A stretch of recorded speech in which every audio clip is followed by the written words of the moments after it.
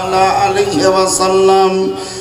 বাবাজিরা মা এবং বোনেরা বোঝাচ্ছিলাম নবী মুস্তাফার নামে 4টি অক্ষর, তার মানে সমগ্র জগৎকে আল্লাহ 4 দিয়ে মালা গেঁথে রেখেছেন। তার মধ্যে আরো একটি জিনিস যদি নেন তো বুঝতে পারবেন। আপনি হয়তো একজন মায়ের দুধ পান করেছেন, আমি হয়তো একজন মহিলার দুগ্ধ পান করেছি, কিন্তু আমাদের পয়গম্বর একজন দুজন নয়, বরং তিনি 4 জন মহিলার দুগ্ধ পান করেছে। 4 জন মায়ের দুধ পান করার প্রয়োজন ছিল না, কিন্তু যেহেতু 4-এর মালা গাঁথবে আল্লাহ, এই কারণে এখানেও 4 সংখ্যা বজায় রেখেছে। আল্লাহর নবী আকা মুস্তাফার সিনা চাক হয়েছে, জানেন? সিনা চাক। এই সিনা চাক একবার হলেই হতো, দুবার হলেই হতো, অথবা প্রয়োজন থাকলে 5 বার 7 বার আল্লাহ করাতে পারত। কিন্তু তাফসীর প্রমাণ করে, হাদিস বলে, দলিল বলে, নবী মুস্তাফার সিনা চাকের কথাও যদি বলেন তো বেশি হয়নি, 4 বার হয়েছে।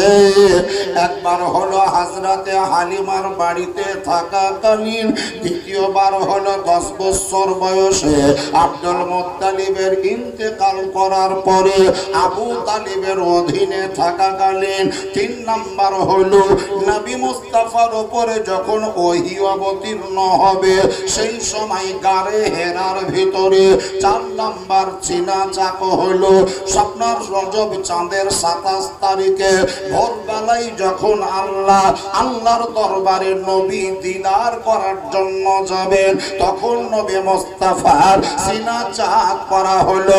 বুঝতে পারা গেল আল্লাহ রাব্বে কায়নাত আমার নবীর মহব্বতে নবীর নামের যে অক্ষরের সংখ্যা, ওটা দিয়েই সমগ্র জগৎকে গেঁথেছেন। এবারে যদি দিকের কথা বলেন তাহলে মূল দিক হলো 4টি। এমনিতে আমরা 6 দিক বলি, কিন্তু দিক যদি দেখেন তো 4টি, পশ্চিম পূর্ব উত্তর দক্ষিণ। 9টা হয়নি, 10টা হয়নি, 3টা দিক হলে হতে পারত, কিন্তু 4টা দিক তৈরি করা হলো।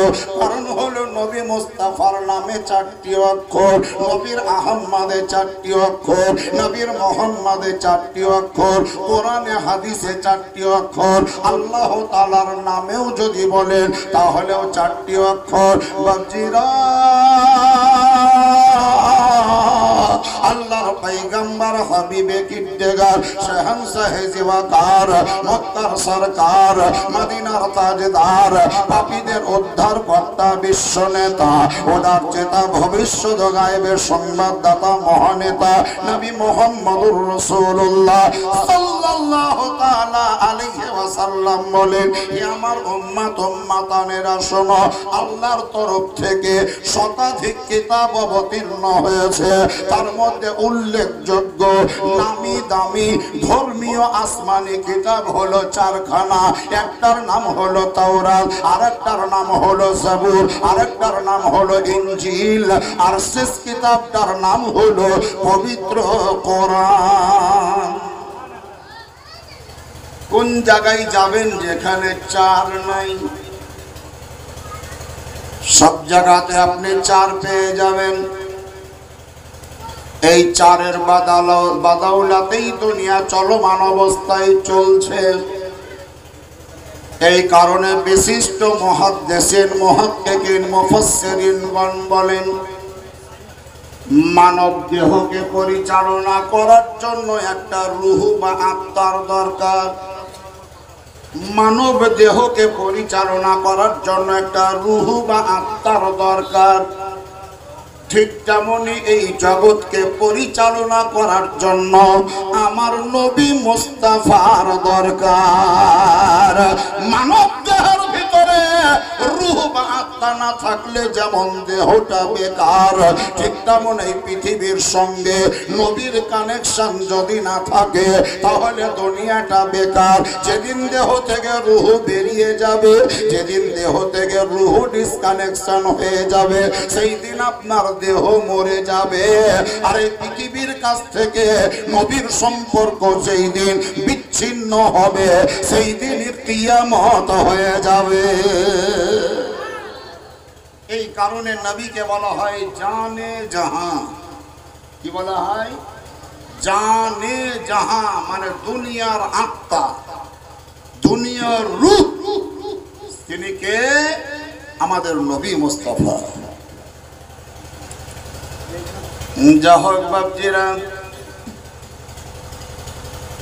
হযরতে হালিমা রাদিয়াল্লাহু তাআলা আনহার বাড়িতে নবী আমার 6 বছর ছিলেন না, 9 বছর ছিলেন না, কতদিন ছিলেন? তবে যে 4 বছর। সুবহানাল্লাহ বলেন। কতদিন? কতদিন বললাম? হালিমার বাড়িতে নবী কতদিন ছিলেন? 4 বছর। হালিমা কিসের জন্য নিয়ে গিয়েছিলেন? দেন আমাকে দেন। হালিমা নবীকে কিসের জন্য নিয়ে গিয়েছিলেন? দুগ্ধ পান করাবার জন্য, তাই তো নাকি? তাহলে কোরআন এবং হাদিস অনুসারে যে কোনো মেয়ে পরের সন্তানই হোক আর নিজের সন্তানই হোক, যদি দুগ্ধ পান করাবো মনে করে, তাহলে 2 বছরের বেশি দুধ পান করাতে পাবে না। আপনারা যারা বসে আছেন, যদি মা বেঁচে আছে, যদি মা বেঁচে আছে তো জিজ্ঞাসা করবে যে হাগে মা, তুই আমাকে কতদিন ধরে দুধ খাওয়াচ্ছিলি? তো মেলা মা এমন আছে, দেখবেন যে বেটা তুই হওয়ার পর আমার ছেলেপিলা হয়েছিল না, তার লেগে 5-7 বছর ধরে খাইয়ে দিয়েছে।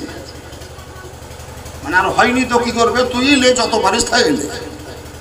3 বছর ধরে দুগ্ধ পান করছে, কোনো ব্যাপার নাই। 4 বছর পার হয়ে গেছে ছেলের বয়স, তবুও দুগ্ধ পান করাছে, কোনো টেনশন নাই। কিন্তু আমাদের কি ইলম থাকা দরকার। 2 বছরের বেশি নিজের সন্তানকে দুগ্ধ পান করানো কোরআন মতে হারাম। সুবহানাল্লাহ বলেন। কোরআন মতে হারাম, হারাম নাজায়েজ হারাম। সেহেতু মা হওয়া সহজ, কিন্তু শরীয়ত মতে সন্তান লালন পালন করা সব মায়ের পক্ষে সহজ নয়। এই কারণে প্রতিটি মাকে ধর্মের জ্ঞান রাখা জরুরি, ধর্মের জ্ঞান রাখা একান্ত দরকার। দেখবেন বাচ্চা ছেলে মেয়েরা যতদিন পর্যন্ত বাথরুমে বা টয়লেটে বসতে শিখেনি বা জানে না, তো হয়তো ছেলেটা বলবে মা হাগু করবো, মানে পায়খানা করবে, তখন আর মা বলে যে আজনাতে বসে যা, বস ওখানে বস, ওখানে বস। যেগুলো তো বাচ্চা ছেলে 2.5 বছর বয়স বা 3 বছর বয়স বা 4 বছর বয়স, ওর ভিতরে তো সেই ইলিম নাই যে এইদিকে কাবা শরীফ আছে, ওইদিকে মুখ করে বসে বা পিঠ করে বসে পায়খানা পেচ্ছাপ করতে হয় না। এটা বাচ্চাটার জ্ঞান আছে কি না? যার জন্য ওই মায়ের উচিত লক্ষ্য করা, ফলো করা যে আমার ছেলেটা মেয়েটা কোন দিকে মুখ করে বসছে। ইনকেস যদি কাবা শরীফের দিকে মুখ বা পিঠ করে বসে যায়, তো চট করে মায়ের উচিত তার হাতকে ধরে এদিকে ঘুরিয়ে দেওয়া। কিন্তু ঘুরাবে কখন? ইলিম ওর ভিতরে থাকবে যখন। ও তো নিজেই জানে না যে কোন দিকে মুখ পিট করে পায়খানা পেশাব করতে হয়, তো ছেলে কি ঘুরে গেল? এই কারণে নবী পাক বলেছেন তালাবুল ইলমি ফরিদাতুন আলা কুল্লি মুসলিমিন ওয়াল মুসলিমা। শুধুমাত্র পুরুষদের জন্যই ধর্মের জ্ঞান জরুরি তা নয়, মহিলাদের জন্যও ধর্মের জ্ঞান জরুরি। ধর্মের জ্ঞান জরুরি। তাহলে যেটা আমি বুঝাচ্ছিলাম যে হালিমার বাড়িতে নবী কতদিন ছিলেন? 4 বছর। কিন্তু দুধ পান করানোর টাইম কতদিন? 2 বছর। তাহলে উনি তো দুধ পান করাবার জন্যই নিয়ে গিয়েছিলেন। তাহলে দুধ পান করার 2 বছর পূর্ণ হয়ে গেল। হালিমার উচিত ছিল যে নবীকে তার মায়ের হাওয়ালাই করে দেওয়া, তো 4 বছর ধরে রাখলে কেন? এই ইতিহাসটা শুনে 2 বছর দুগ্ধ পান করা হয়ে গেল। হযরতে হালিমা মশলা জানেন, ফতোয়া জানেন, দলিল জানেন যে 2-এর বেশি দুগ্ধ পান করাতে হয় না। কিন্তু নবী মুস্তাফার উপরে এমন তার মায়া বসে গেছে, মমতা বসে গেছে, মনটাও তার ফিরিয়ে দিতে চায় না। ওর দিল চাইছে যে আরো কিছুদিন রাখতে পারলে আমি উপকৃত হতাম, লাভবান হতাম। কিন্তু যেহেতু কোরআনের আইন, সেহেতু আমার রাখা চলবে না। 2 বছর পূর্ণ করে ফেরত নিয়ে চলে এলেন মক্কাতুল মুকাররমায়। মা আমিনা রাদিয়াল্লাহু তাআলা আনহাকে অর্পণ করে দিলেন, লাউ বুবু আমিনা তোমার সন্তান নাও। হযরতে আমিনা নিজের সন্তানকে কোলে ধারণ করে হালিমার দিকে তাকিয়ে তাকিয়ে বলেন, বুবু হালিমা, তুমি নিয়ে চলে এসেছো মানে আইনগত দিক থেকে ঠিকই করেছো, অন্যায় করনি, অপরাধ করনি, খুব ভালো করেছো। তবে আমি একটি কথা বলছি, নোট করো। 2 বছর ধরে রাখলে দুধ পান করাবার স্বার্থে এখন আমি তোমাকে আরো একটি কথা বলছি। বর্তমানে মক্কাতুল মুকাররমায় এমন এক প্রকারের মহামারী রোগ দেখা দিয়েছে, যেই রোগটা বড়দেরকে গ্রাস করে না, মাঝারিদেরকে গ্রাস করে না। 14-15 বছর বয়সের ছেলে মেয়ে যারা, তাদেরকে গ্রাস করে না। 0 থেকে 5 বছর 6 বছর বয়সের ছেলে মেয়ে যারা, তাদেরকে গ্রাস করছে। এই কারণেই আমার ইচ্ছা, আমার বাসনা, তুমি যদি আমার সন্তান মোহাম্মদকে আরো কিছুদিনের জন্য তোমার বাড়িতে রাখতে, তাহলে আমার সন্তান ওই রোগের কবল থেকে পরিত্রাণ পেয়ে যেত। যেমন মা আমিনা কথাটা বললেন, হযরতে হালিমা আনন্দে আত্মহারা, চট করে হাত দুখানা বাড়িয়ে দিলেন, বললেন, তাহলে বুবু দাও, আমি আবার ঘুরিয়ে নিয়ে যাচ্ছি। পরবর্তীতে আবার 2 বছর রাখলেন। এটা সব হচ্ছে আল্লাহর হুকুমে, আল্লাহর ইচ্ছাতে। তার কারণ আল্লাহ রাব্বে কায়নাত বলেন, হে জগতের লোকেরা শোনো, আমি যেহেতু নবীর নামে 4টি অক্ষর নিয়েছি, তাই 4-এর মালা গেঁথে রাখবো। হযরতে হালিমা যদিও ফেরত দিতে গিয়েছিল, তবুও কোনো না কোনো বাহানায় আবার হালিমাকে নিয়ে যাওয়া করাবো। আর আমার নবীকে হালিমার বাড়িতে 4 বছর রাখা করাবো। কতদিন থাকলো? 4 বছর। 5 লয়, 3 লয়, 4। এই 4 বছর যাবত রাসূলে কায়নাত ফখরে মওজুদাত রহমাতে আলম নূরে মুজাসসাম সাল্লাল্লাহু তাআলা আলাইহি ওয়াসাল্লাম হযরতে হালিমার বাড়িতে ছিলেন। দেখেন, আরো 2 বছর রাখতে পারতেন, কিন্তু আবার বাহানা তৈরি হলো যেন হালিমা রাখতেই না পারে। হযরতে হালিমার ছেলে মেয়ে যারা, তাদের সঙ্গে নবী মাঠে যাওয়া আসা শুরু করলেন।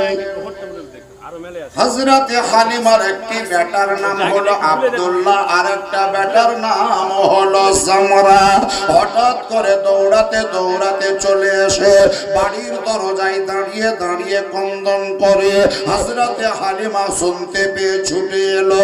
নিজের সন্তানকে দরজায় দাঁড়িয়ে কান্নায় রত থাকা দেখে জিজ্ঞাসা করছে, বেটা আব্দুল্লাহ, খবরটা কি বল? তুই এখন কাঁদছিস কেন? কান্না করার কারণটা কি বল? হযরতে আব্দুল্লাহ বলে, জননী, যে মোহাম্মদকে তুমি আমাদের চাইতেও বেশি শ্রদ্ধা করতে, আমাদের চাইতেও বেশি মায়া মমতা দিতে, আমাদের চাইতেও বেশি ভালোবাসতে, ওই মোহাম্মদকে বাড়িতে রেখে আমরা যেতাম, কিন্তু কয়েকদিন থেকে মাঠে নিয়ে যেতাম, মাঠে যাওয়া আসা করত। আজ পর্যন্ত কোন রকমের বিপদ সংকেত দেখিনি, কোনো বিপদ আপদ হয়নি।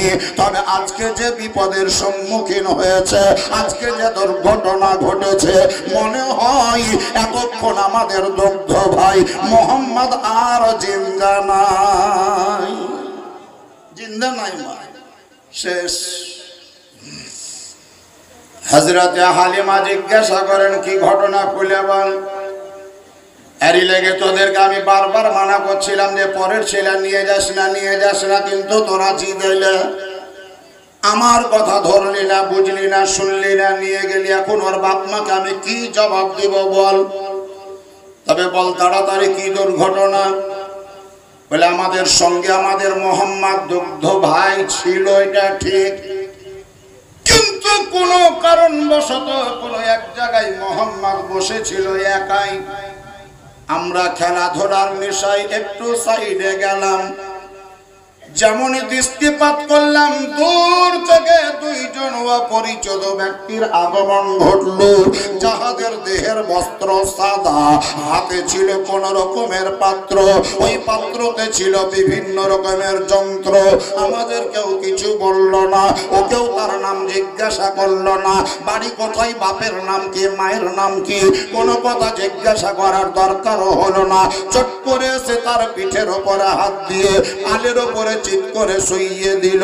যে জামাটা তার গায়ে ছিল, জামার বোতামটা খুলে দুই ভাগে বিভক্ত করলো, আর ওই পাত্রতে যে যন্ত্র এনেছিল মা, ওই যন্ত্রটা হাতে ধারণ করে কোন রকমের কোন দ্বিধাবোধ না করে আমার দুগ্ধ ভাইয়ের সিনাতে একদম কচ করে চাকুটাকে ঢুকিয়ে নাভি পর্যন্ত ফেরে দিল।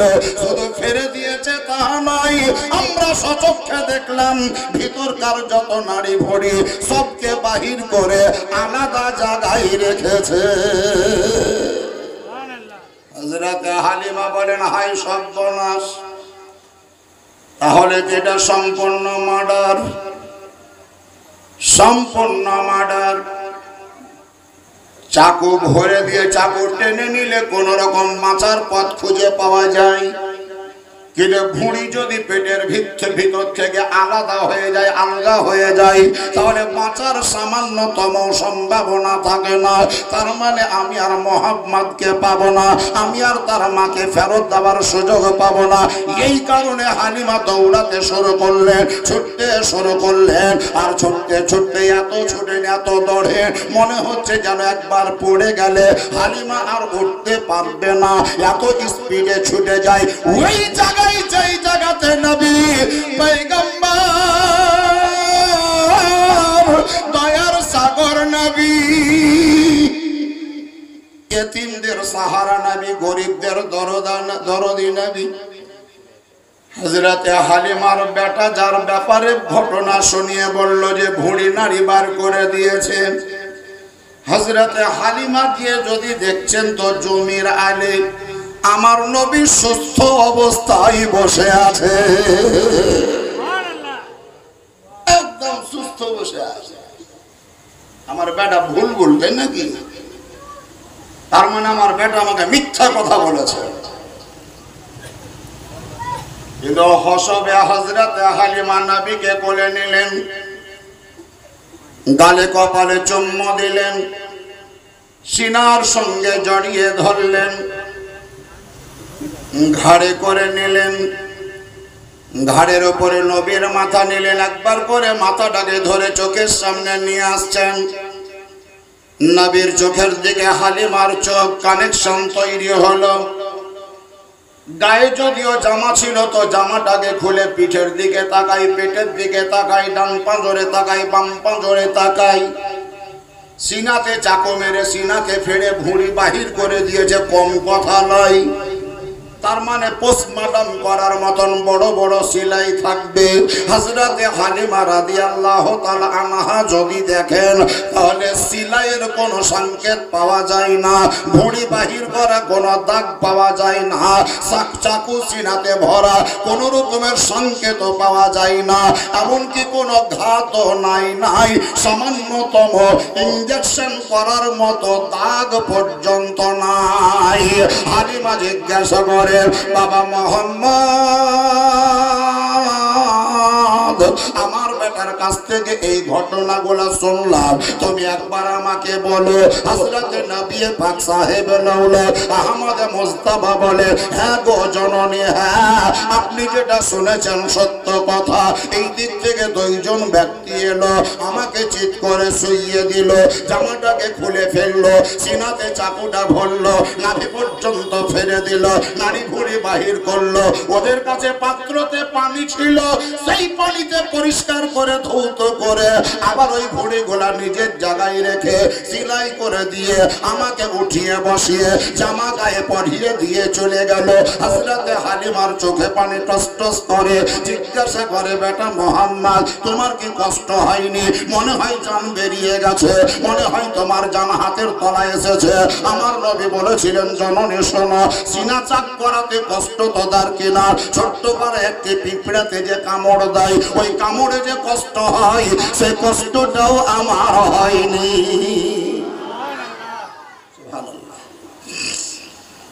এই জায়গায় ঘটনাটা ঘটলো কেন? তার কারণ হালিমার বাড়িতে নবীর থাকা 4 বছর পুজতে যাচ্ছে। হালিমা যেন আর বেশি দিন রাখতে না পাই, যার জন্য এই বাহানা তৈরি হলো। আর হালিমার জানে ভয় ঢুকে গেল যে পরের ছেলে আর রাখা যাবে না। তাই 4 বছর পূর্ণ হওয়া মাত্রই হালিমা আমার নবীকে নিয়ে আমিনার বাড়িতে ফেরত দিল।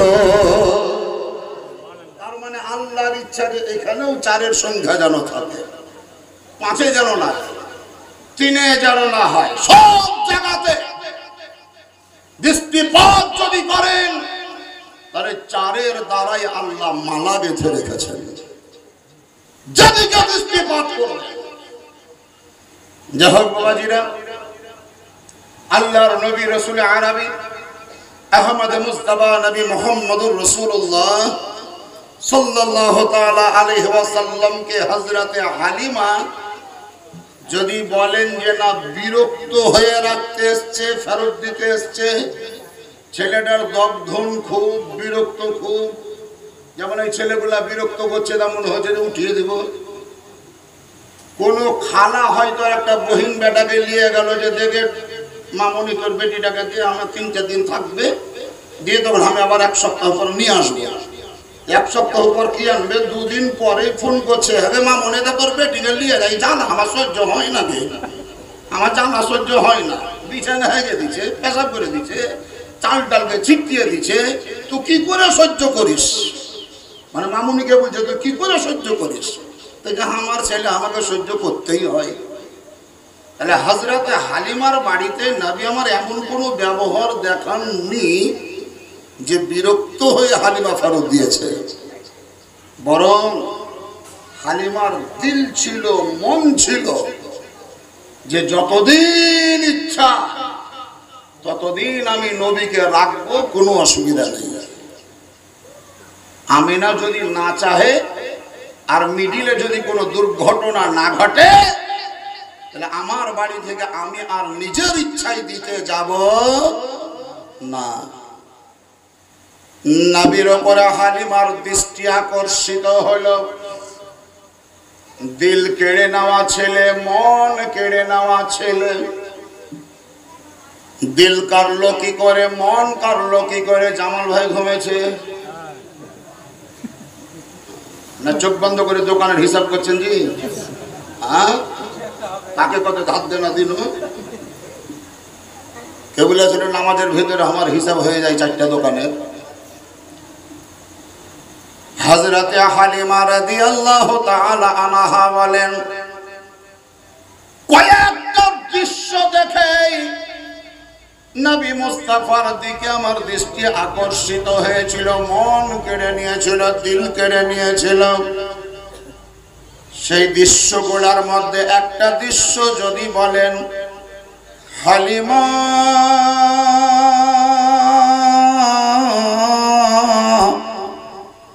তিনি বর্ণনা করেন, যখন আমি সন্তানটিকে কোলে করে নিয়ে বাড়ির ভিতরে ঢুকলাম, যে বাড়িতে অভাব ছাড়াং ছিল না, অভাব অনটনের মাধ্যম দিয়ে আমার সংসার পরিচালিত হতো, যেই সংসারে যেই বাড়িতে কর্মের কোনো সন্ধান পেতাম না, কোনো সময় খেতাম কোনো সময় খেতাম না, যে কয়েকটা ছাগল ছিল তাদেরও ওলহানে দুগ্ধ হতো না, যে উটগুলা ছিল তাদেরও ওলহানে দুগ্ধ পাওয়া যেত না।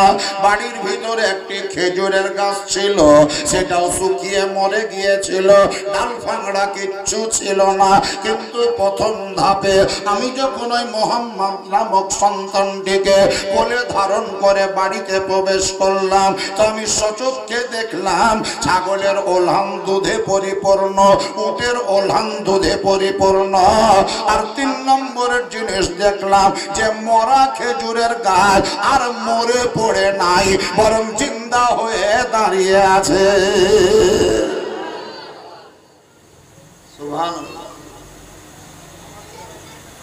স্পর্শ বুঝেন? স্পর্শ যাকে বাংলায় স্পর্শ বা পরশ বলে, তাকে ইংরেজিতে টাচ বলে। কি বলে? টাচ। আরবিতে বলে মাস। মাস ওইটাকে আবার চলতি বাংলায় বলে ছুয়া। ছোট ছোট ছেলে দেখবেন এমনি করে গায়ে হাত, আমি ছুঁয়ে নিই তোকে, আমি ছুঁয়ে নিলু, তখন এবার মার কাছে মা আমাকে ছুঁয়ে নিলে গে, মা আমাকে ছুঁয়ে নিলে গে। আরে ছুলে তো কি হলো রে, তোর হাতে যে ধুলে ছিল যে। তাই ছুয়া মানে টাচ করা, মাস করা, স্পর্শ করা। এই টাচ করা মানে স্পর্শ করা থেকেই একটা সাবজেক্ট তৈরি হলো, বলে স্কিন টাচ। এখন যত মোবাইল সবই স্কিন টাচ। স্কিন মানে চামড়া আর টাচ মানে ছোঁয়া। এমন মোবাইলের মোবাইল যে চামড়া ছোঁয়াও, হাতের চামড়া ছোঁয়ালে এই যে চামড়া স্কিন এটা ছোঁয়াও, তবেই তোমার মোবাইল চলবে। এরকম করো, স্কিন স্কিন টাচ। তাহলে মোবাইলের ভিতরেও কেমন জ্ঞান আছে যে আমাকে চামড়াতে ছুঁছে না লাঠিতে ছুঁছে ও বুঝতে পারে। একটা পাটকাঠি নেন, যে পাটকাঠি নিয়ে মোবাইলটার গায়ে এমনি এমনি করেন, বলেন মোবাইল চলবে। যদি চলে তাহলে পাটকাঠির টাচ হতো নাম। যদি পাটকাঠিতে মোবাইল চলতো তাহলে ওর নাম রাখা উচিত ছিল পাটকাঠি টাচ। কিন্তু পাটকাঠিতে চলবে না, চামড়াতেই চলবে, তার জন্য স্কিন টাচ নাম হয়। গ্রামের লোক হিসাবে মাঠে নামবেন তো মাঠে বহুত রকমের গাছপালা দেখতে পাবেন, ঘাস ঘুষ দেখতে পাবেন। তার মানে ঘাস জাতীয় একটি গাছ, যার ভিটা হয় না, তক্তা হয় না, চোকাইট হয় না, পাসলি হয় না, কিচ্ছু হয় না, ওই গাছটার নাম হচ্ছে লজ্জাপতি। কি নাম? লজ্জাপতি। লজ্জাপতি মানে খুব লজ্জিত, লজ্জিতা। তা আপনি যখন এই গাছটির পাঁজর দিয়ে হেঁটে যাবেন আর আপনার গায়ে যদি সামান্য টাচ করে, স্পর্শ হয়, তো এই গাছটি এত স্পর্শ কাতর, সঙ্গে সঙ্গে খোলা পাতা বন্ধ হয়ে যাবে। এখানে আর একটা জিনিস মাথায় দিচ্ছে, ওই রাস্তা দিয়ে শিয়াল হেঁটে গিয়েছে না যায়নি? আমার হেঁটে যাওয়ার আগে শিয়াল গিয়েছে, যেতেই পারে, যাওয়ার সম্ভাবনা আছে না নাই? বিড়াল হেঁটে গিয়েছে, সম্ভাবনা আছে না নাই? মহুরাল হেঁটে গিয়েছে, সম্ভাবনা আছে না নাই? সাপ হেঁটে গিয়েছে, সম্ভাবনা আছে না নাই? তাহলে সাপ গেল, খোলা পাতা বন্ধ হলো না। বিড়াল গেল, খোলা পাতা বন্ধ হলো না। শ্রীগাল গেল, খোলা পাতা বন্ধ হলো না। ব্যাং গেল, খোলা পাতা বন্ধ হলো না। আরো কত কি গেল, খোলা পাতা বন্ধ হলো না। আর হাজি সাহেব যেমনই গেল তেমন আর খোলা পাতা খোলা থাকলো না, বন্ধ হয়ে গেল।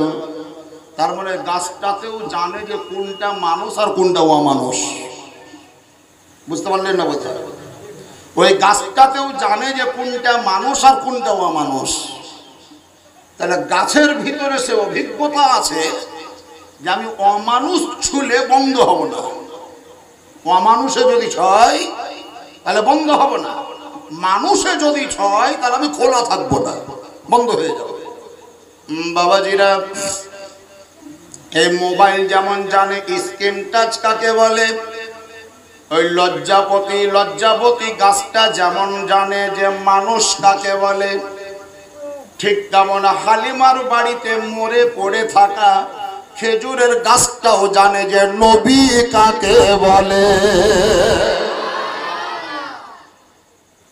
ওই বৃক্ষ বা গাছ কত যে মানুষ ঢুকলো, জিন্দা হলো না, হালিমা গেল জিন্দা হলো না। হালিমার স্বামী হারিস ঢুকলো, জিন্দা হলো না। হালিমার বেটা গেল, জিন্দা হলো না। হালিমার বিটি ঢুকলো, জিন্দা হলো না। হালিমার বাপমার বাড়ির লোক এলো আর গেল, কোনো মতেই জিন্দা বা জীবিত হলো না। মক্কার অন্য কোনো লোক কুটুম হিসাবে হালিমার বাড়িতে ঢুকলো আর বেরোলো, তখন তো জিন্দা হলো না। কিন্তু নবী মুস্তাফা যখনই ঢুকে গেলেন তখন আর মরে পড়ে থাকলো না। তার মানে গাছটাও জানে যে নবীর সঙ্গে পৃথিবীর কাউরির তুলনা হবে না। গাছেও জানে যে নবীর সঙ্গে পৃথিবীর কাউরির তুলনা হবে না। এই কারণে যত লোকজন এসেছে জিন্দা হয়নি, কিন্তু নবী এসেছেন, তার মানে আর মরে পড়ে থাকলে চলবে না। সুবহানাল্লাহ। এই কারণে কেউ বলেছেন সারে জাহাं में कोई भी सानिए मुस्तफा नहीं, सारे जहां में कोई भी सानिए मुस्तफा नहीं। এর বাংলা হচ্ছে সমগ্র জগতে আমাদের নবীর মতন দ্বিতীয় কোন নবী নাই। कोई भी मिसले मुस्तफा, কেউ আমার নবীর মতো हुआ नहीं और होगा नहीं, पूर्वेও হয়নি ভবিষ্যতেও হবে না। मैं मानता हूं मुनकिरों मेरा नबी खुदा नहीं, मैं मानता हूं मुनकिरों मेरा नबी खुदा नहीं। আমি মানি যে আমার নবী আল্লাহ নয়, খোদা নয়। খোদা আলাদা, নবী আলাদা। নবীকে খোদা বলি না, খোদাকে নবী বলি না, সম্পূর্ণ আলাদা। তার কারণ নবীকে দেখতে পাওয়া যায়, খোদাকে দেখতে পাওয়া যায় না। সেহেতু নবী কোনোদিন খোদা হতে পারে না, আর খোদা কোনোদিন নবী হতে পারে না।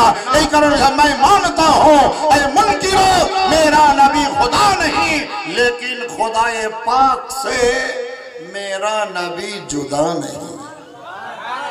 কিন্তু আমার নবীকে আল্লাহ থেকে আলাদাও করে ভাবা যাবে না, মানার দিক থেকে, শ্রদ্ধা করার দিক থেকে।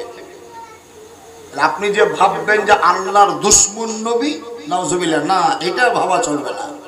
কি ভাবতে হবে?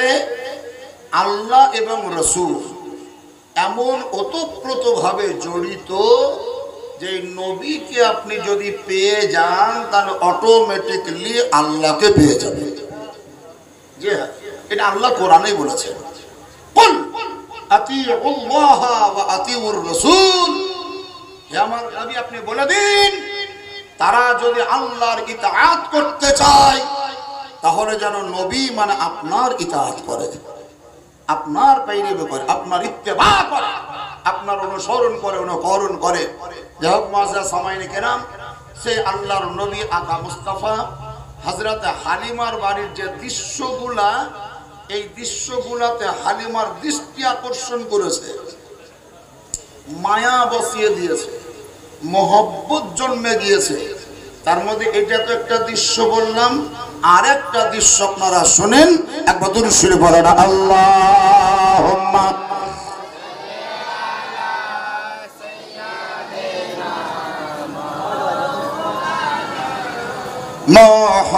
মুহাম্মাদ ওয়া আলা আলি সাইয়্যিদিনা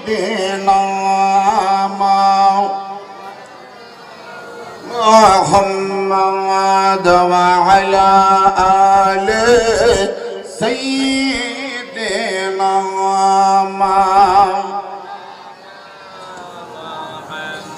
সাল্লু আলা মুহাম্মাদিন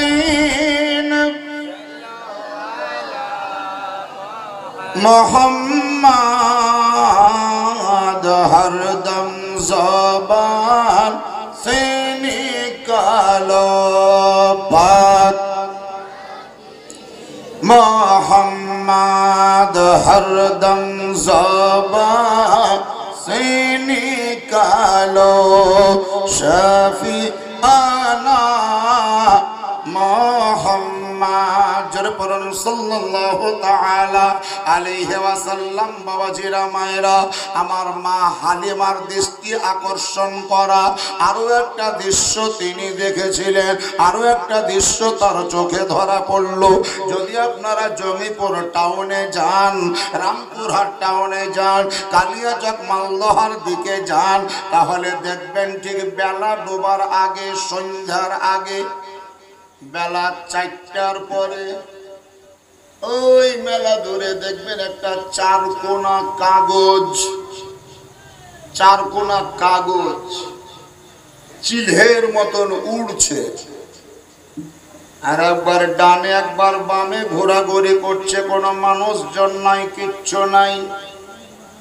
বড় টেনশনে পড়ে গেলেন যে কাগজটা নিজে নিজে কি করে ঘুরছে, কি করে উলট পালট খাচ্ছে, একবার নিচে নামছে, উপরে যাচ্ছে, ডানে গেল বামে গেল, কি ব্যাপার? তা আপনি যদি খুব লক্ষ্য করে দেখেন তাহলে দেখবেন ওই কাগজটার সিনার সঙ্গে একটা সরু বা পাতলা সুতো বাঁধা আছে। ওই সুতোটাকে ফলো করতে করতে করতে করতে করতে করতে যদি নিচের দিকে নামেন তাহলে দেখবেন দোতলা পাকা বাড়ির ছতের উপরে একটা বাচ্চা ছেলের হাতে লাটাই আছে। লাটাই কি বলেন? লাটাই লাটাই আছে। ওই লাটায়ে সুতাটার গুঁড়া বাঁধা আছে, আর এই ছেলেটার হাতে লাটাই আছে। ডান দিকে টানছে তো গুড্ডি বা ঘুড়িটা ডান দিকে, বাম দিকে যখন টান মারছে তো ঘুড়িটা বাম দিকে, যখনই সোজা টান মারছে তো ঘুড়িটা ওপরে, আবার যদি নিচে টান মারছে তো মাথা পোতে ঘুড়িটা সম্পূর্ণ নিচে। এই যে ঘোরাঘুরি পাক খাওয়া খাই করছে, এই ঘুড়িটা নিজের ইচ্ছাতে নয়, বরং লাটাইয়ের মালিক যিনি, যার হাতে লাটাই তারি এটা হলো খেলনা। হযরতে মা হালিমা রাদিয়াল্লাহু তাআলা আনহা বর্ণনা করেন, আমার বাড়িতে নবী মুহাম্মদ লালিত পালিত চাঁদনি রাত্রি ছিল, গরমের সময় ছিল, আগুনাতে দোলনা ঝুলছিল। আমার বেটা মুহাম্মদকে ওই দোলনাতে দুলিয়ে দিয়েছিলাম। আমি ঘরের ভিতরে কর্মব্যস্ত ছিলাম, হঠাৎ করে বাহির হলাম, চকচকে চাঁদের আলো, এই কারণে চাঁদের দিকে দৃষ্টিপাত করলাম, যাহা কোনোদিন জীবনে দেখিনি, আমার লাইফে দর্শন হয়নি, জীবনেও কোনোদিন পরিলক্ষিত হয়নি। আজকে যদি আমি তাকিয়ে দেখছি তাহলে সেই চাঁদটা অটোমেটিক একবার ওপরে, একবার নামতে, একবার ডানে, একবার বামে। আমি বড় তাজ্জুবে পড়ে গেলাম, আশ্চর্যিত হইলাম, আসমানের চাঁদ খেলছে কেন, আসমানের চাঁদ ঘোরাঘুরি করছে কেন? আমি লক্ষ্য করতে করতে করতে করতে করতে দেখলাম একটা নূরের কানেকশন তৈরি আছে, আর ওই নূরের কানেকশনের যে লাটাই, সেই লাটাইটা আমার দোলনায় শুয়ে থাকা নবী মুহাম্মাদের হাতে আছে। এই মুহাম্মাদের আঙুল যেদিকে ঘুরছে সেদিকেই চাঁদ উলট পালট করছে। এই সমস্ত দৃশ্যগুলা দেখে হযরতে হালিমা চরম এবং পরম মুগ্ধ হয়েছিলেন, আকৃষ্ট হয়েছিলেন, অনুরাগী অনুগামী হয়েছিলেন। কোনো মতেই নবীকে ছাড়তেন না তিনি। কিন্তু 4 বছর পূর্ণ হতে না হতে হযরতে হালিমা নবীকে ফেরত দিতে বাধ্য হলো। কেন? ওই যে সিনা চাপ হয়ে গেল। সিনা চাপ হলো এটা যেমন একটা, আর আল্লাহরও ইচ্ছা যে আমি 4 দিয়ে পৃথিবীকে গঠন করেছি, অতএব তোমাকে 4 বছরের বেশি রাখতে দিব না। ওয়া আখিরু দাওয়ানা আলহামদুলিল্লাহি রাব্বিল আলামিন।